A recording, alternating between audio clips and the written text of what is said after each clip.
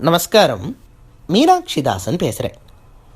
ஆலயம் அறிவோம் பகுதி 306 சிதம்பரம் ஸ்ரீ நடராஜ பெருமானுடைய திருக்கோவிலை பற்றி பார்த்துட்டு வரும். அளவிலடங்கா பெருமைகள் உடையது சிதம்பர க்ஷேத்திரம். அந்த க்ஷேத்திரத்துக்கு நடுவில் ஒரு ஆச்சரியமான கோவில் கொண்டிருக்கிறார் ஸ்ரீ நடராஜ பெருமான்.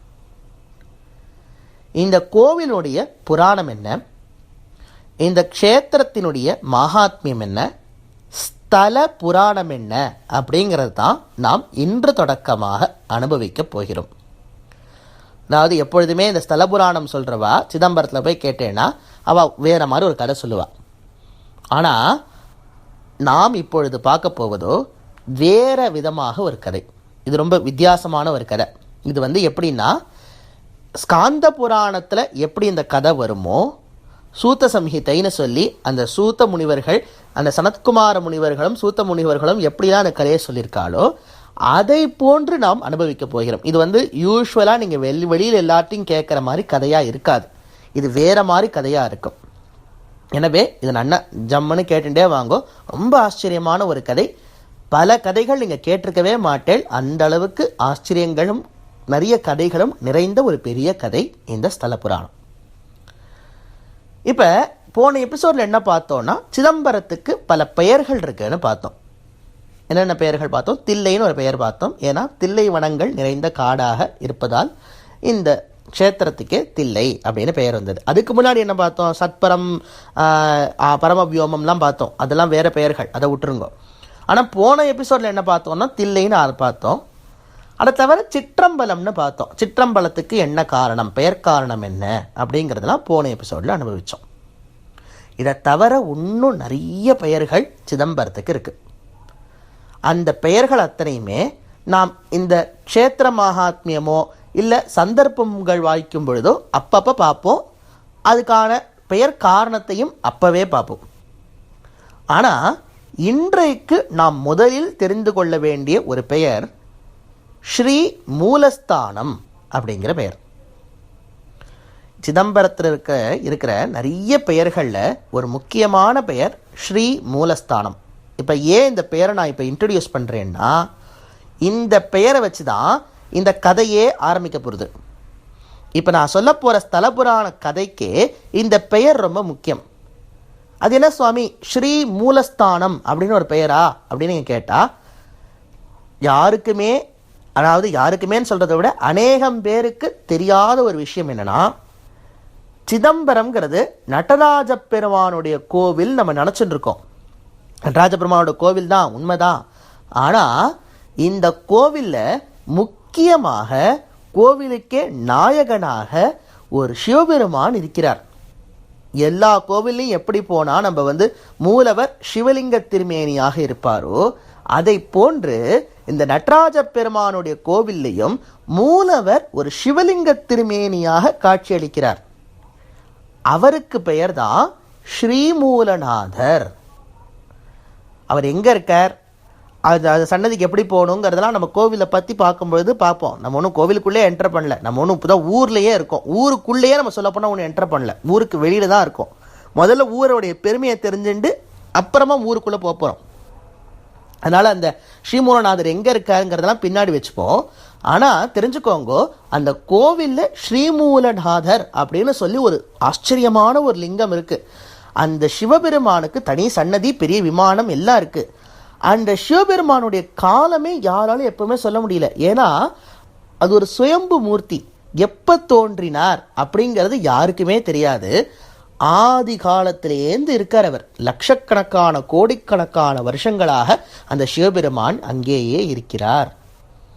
இந்த புராணங்கள்லாம் சொல்லும் பொழுது முன்னொரு சமயத்தில் அங்கே ஸ்ரீமூலத்தில் அங்கே இருக்க ஸ்ரீமூலநாதரை அப்படின்னு தான் சொல்கிறதே தவிர, அந்த ஸ்ரீமூலநாதருக்கு என்ன கதை அப்படிங்கிறது எங்கேயுமே காணப்படலை.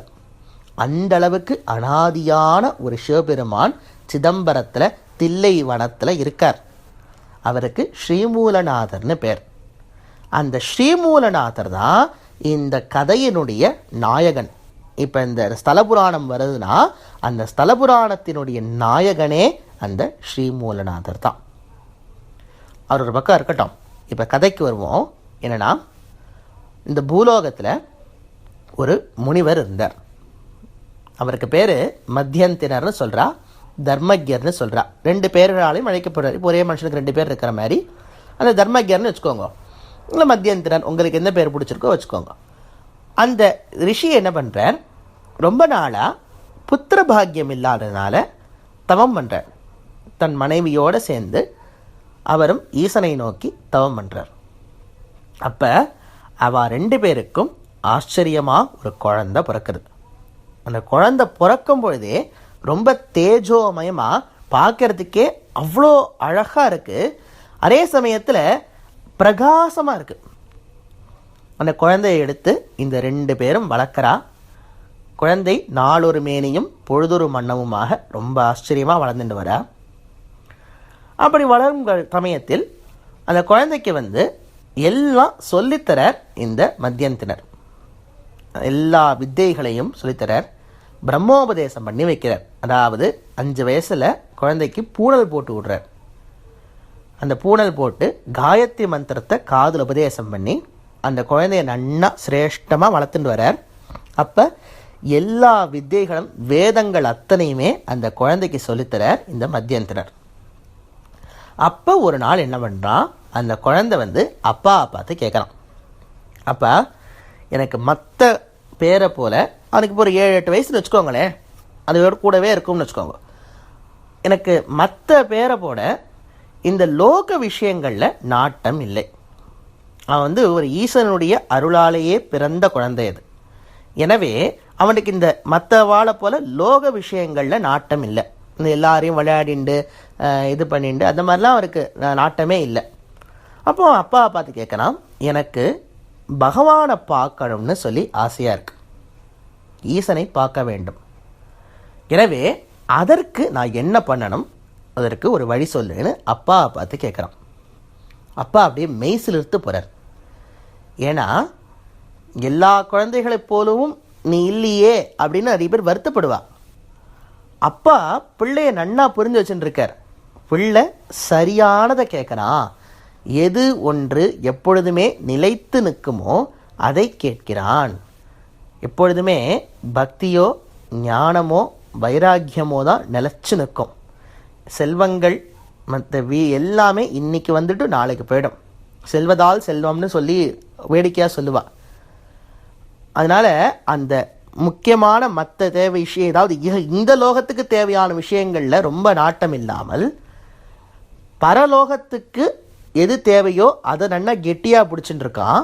எனவே பையன் ரொம்ப சிரேஷ்டமாக வளர்ந்துருக்கான். இத்தனை வருஷமும் நம்ம சொல்லி கொடுத்த வித்தைகளும் வேதங்களும் அத்தனையும் வீண் போகலை, நன்னா வந்திருக்கான்னு சொல்லி அப்பா ரொம்ப மெய்சிலிர்த்து போய் பையனுக்கு உபதேசம் பண்ணுறார். அப்பா இந்த பாரு, இந்த பூலோகத்தில் ஒரு ஆச்சரியமான இடம் இருக்குது.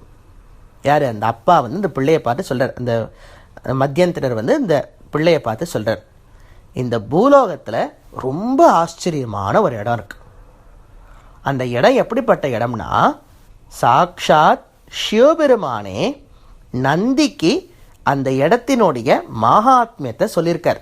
இப்போ அது ஒரு வேற கதை. அது சிவபெருமான ஒரு தடவை நந்தி பார்த்து கேட்க, இப்போ நந்தி என்ன கேட்குறதுனா சிவபெருமான்கிட்ட, சுவாமி இந்த மாதிரி உங்களுக்கு நிறைய க்ஷேத்திரங்களில் கோவில்கள் இருக்குது.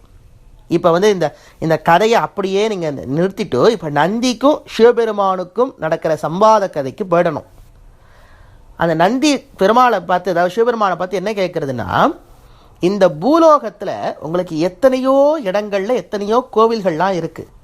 ஆனால் உங்களுக்கு பிடிச்ச கோவில்னா எதை சொல்லுவேள்? இப்போ நம்ம பேட்டிலாம் வைக்கிறா தெரியுமா, இந்த திடீர்னு இந்த டிவிலாம் ஒரு மைக்கை பிடிச்சிக்கா, இது உங்களுக்கு இது ரொம்ப என்ன இருக்கிறதுலே என்ன சாப்பாடு ஐட்டம் ரொம்ப பிடிக்கும், இருக்கிறதுலே உங்களுக்கு என்ன ட்ரெஸ் ரொம்ப பிடிக்கும்னா அது ஏதாவது அநேகமாக நிறைய பேர் தப்பாதான் சொல்லுவாள். இந்த கணவன் மனைவிக்குள்ளே போட்டியை வச்சுட்டு கணவனை உங்கள் மனைவிக்கு என்ன பிடிக்கும் அப்படின்னு கணவனை பார்த்து கேட்பா, உங்கள் கணவனுக்கு என்ன பிடிக்கும்னு மனைவியை பார்த்து கேட்க, 2 பேரும் அநேகமாக நிறைய பேர் தப்பாதான் சொல்லுவாள். இவள் தயிர் சாதம் பேர், ஒரு புளியோதரம் பேர், எல்லாம் தப்பாக தான் போகும். ஆனால் இப்போ நந்தி அதை போன்று சிவபெருமானை இன்டர்வியூ பண்ணுறது, இந்த பூலோகத்திலேயே உங்களுக்கு ரொம்ப பிடிச்ச கோவில் இது அப்படின்னு சிவன் யோசிக்காமல் சட்டுன்னு பதில் சொன்னாராம். ஸ்ரீ மூலஸ்தானம் அப்படின்னு சொல்லப்படும் ஒரு ஆச்சரியமான ஊர் இருக்குது. அந்த ஊருக்கு எண்ணிலடங்காத பெருமைகள். அந்த பெருமைகள் அத்தனையும் என்னாலேயே சொல்ல முடியாது அப்படின்னு சொல்லி யாரு? சிவபெருமான் சொன்னாராம். இது எங்கேயாவது நடக்குமா? ஒரு ஊரினுடைய பெருமையை, தன்னுடைய க்ஷேத்திரத்தினுடைய பெருமையை தன்னாலேயே சொல்ல முடியாது, அந்த அளவுக்கு அந்த ஊருக்கு பெருமை இருக்குன்னு சிவபெருமான் சொன்னாராம். இதை போல தான் பகவத்கீதையில் ஒரு இன்சிடெண்ட் வரும். அதாவது கிருஷ்ணர் கீதையை சொல்லிகிட்டே வருவார் அர்ஜுனனுக்கு. 700 ஸ்லோகங்கள். அர்ஜுனன் பாவம், நானாக இருந்தால் அங்கேயே ஓடி போயிருப்பேன். ஏன்னா ஒரே ஒரு கேள்வி தான் கேட்டான். கிருஷ்ணா, நான் இப்போ சண்டை போடணுமா கூடாதா? அதுக்கு எஸ் ஆர் நோ கொஸ்டின். அதுக்கு ஒரே ஒரு எஸ்ஸோ ஒரு நோவோ ஒரு ட்ரூவோ ஃபால்ஸோ சொல்லியிருந்தாருன்னா வேலை அப்பயே முடிஞ்சிருக்கும். ஆனால் கிருஷ்ணன் அதை பண்ணலை. 700 ஸ்லோகங்கள் கிடுகிடு கிடுகிடு கிடுகிடுன்னு சொன்னார். அவன் தலையே சுற்றி கீழே விழுந்துட்டான். அப்போ அதுக்கு நடுவில் ஒரு கேள்வி சொல்கிறார். ஒரு கிருஷ்ணர் ஒரு விஷயம் சொல்கிறார். என்னென்னா, இந்த லோகமே என்னோடது தான், லோகமே என்னோடது தான், இது எல்லாமே என்னோடது தான் சொல்லிகிட்டே இருக்கார். அர்ஜுனனுக்கு புரியல. கிருஷ்ணா, என்னமோ அப்பையிலேருந்து இந்த லோகமே எல்லாமே எல்லாமே என்னோடதான் சொல்லிகிட்டே இருக்கே, என்னது தான் உன்னோடது, உன்னோட சொத்து என்னது அப்படின்னு அர்ஜுனன் கிருஷ்ணரை பார்த்து கேட்குறான். அதுக்கு கிருஷ்ணர் ஒரு நிமிஷம் அப்படியே தேரில் உட்காந்துட்டாராம். என்னடா கிருஷ்ணா, இது வரைக்கும் சந்தோஷமாக பேசின்னு இருந்தேன், இப்போ ஏன் உட்காந்துட்டேன்னு அர்ஜுனன் பார்த்து கேட்க, அதுக்கு கிருஷ்ணர் சொன்னார், அதை நான் எப்படி என் வாயால் சொல்லுவேன்? சொல்லி முடிக்கிறதுக்குள்ளே போர் என்ன, யுகமே முடிஞ்சிருமே, அது நான் எனக்கே சொல்ல தெரியாதே, அவ்வளோ விஷயங்கள் இருக்கே, அதை நான் எப்படி உனக்கு நான் சொல்லுவேன் அப்படின்னு சொல்லி கிருஷ்ணர் சொன்னாராம். அந்த அளவுக்கு அவருக்கு சொத்து இருக்கான். அதாவது சொத்துங்கிறது எல்லாமே சர்வமே கிருஷ்ணார்ப்பணம் தானே சொல்கிறோம்.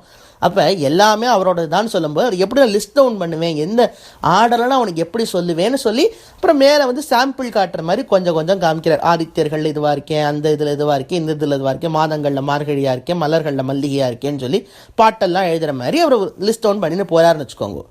அதை போன்று அவராவது சாம்பிள் எடுத்து காமிச்சார்.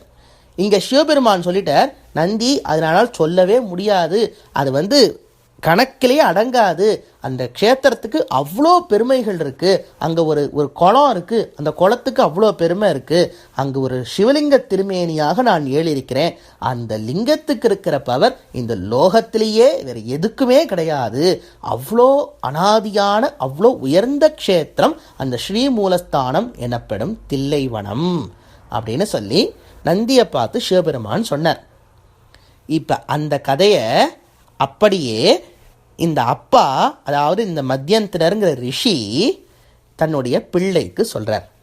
இந்த பாருப்பா, அந்த க்ஷேத்திரம் ரொம்ப விசேஷமான க்ஷேத்திரம், அங்கே நம்ம ஒரு தரம் தபஸ் பண்ணால் கூட அலாதியான பலன்களை தரும். அங்கே போய் நீங்கள் ஒரே ஒரு தரம் மந்திர ஜபமோ இல்லாட்டா நாம சங்கீர்த்தனமோ தானமோ தர்மமோ தபஸோ யஜ்யமோ நல்ல விஷயமோ இல்லாட்டா அட்லீஸ்ட் தரிசனமோ பண்ணால் கூட பல ஆயிரக்கணக்கான மடங்குகள் அது பலன் தரக்கூடிய இடம். எனவே குழந்தாய், நீ அங்கே போய் தபஸ் பண்ணு, அங்கே போய் தவத்தில் இரு, பகவானை பார்க்கணும்னு தவத்தில் இரு, அந்த உயர்ந்த அந்த ஈசனுடைய கதியை அடையணும்னு தவத்தில் இரு, உனக்கு நடக்கும் அப்படின்னு அப்பா குழந்தைக்கு அட்வைஸ் பண்ணுறார். அப்போ பிள்ளை கேட்குறான், ரொம்ப சந்தோஷமாக இருக்குப்பா, இப்படிப்பட்ட ஒரு க்ஷேத்திரம் சொன்னேன், ஆனால் அதில் என்ன சொன்ன, எண்ணிலடங்காத ஒரு என்ன சொல்கிறது சக்திகளை உடைய க்ஷேத்திரம், எண்ணிலடங்காத பெருமைகளை உடைய க்ஷேத்திரம்னு சொன்னேன், ஆனால் இதில் ஏதாவது 1-2 இன்சிடெண்ட் சொன்னால் எனக்கு இன்னும் நன்னா புரிகிற மாதிரி இருக்குமே, ஏதாவது 1-2 சம்பவங்கள் அந்த க்ஷேத்திரத்தில் நடந்திருக்கா, ஏதாவது ரொம்ப விசேஷமான சம்பவங்கள் ஏதாவது நடந்திருக்கா அப்படின்னு கேட்க, அதற்கு அப்பா இன்னும் ரொம்ப சந்தோஷப்பட்டு, ஏன் நடக்கலை, ரொம்ப அழகான 2-3 சம்பவங்கள் அந்த இடத்துல நடந்திருக்கு, அந்த பெருமைகளை விளக்கக்கூடிய சம்பவம் நடந்திருக்கு, அதை நான் சொல்கிறேன் அப்படின்னு அப்பா ஆரம்பிக்கிறார். பிள்ளை அப்பாவோட வாயை பார்த்துட்டு ரெடியாக நிற்கிறான் கேட்குறதுக்கு. அவள் 2 பேரை போலவே நாமும் இன்று முழுக்க வெயிட் பண்ணுவோம். நாளைக்கு ரொம்ப வித்தியாசமான, யார் இது வரைக்கும் நீங்கள் கேட்காத ஒரு கதையை கேட்க போகிறேன். என்னங்கிறத நாளைக்கு பார்ப்போம். நாளை சந்திப்போம்.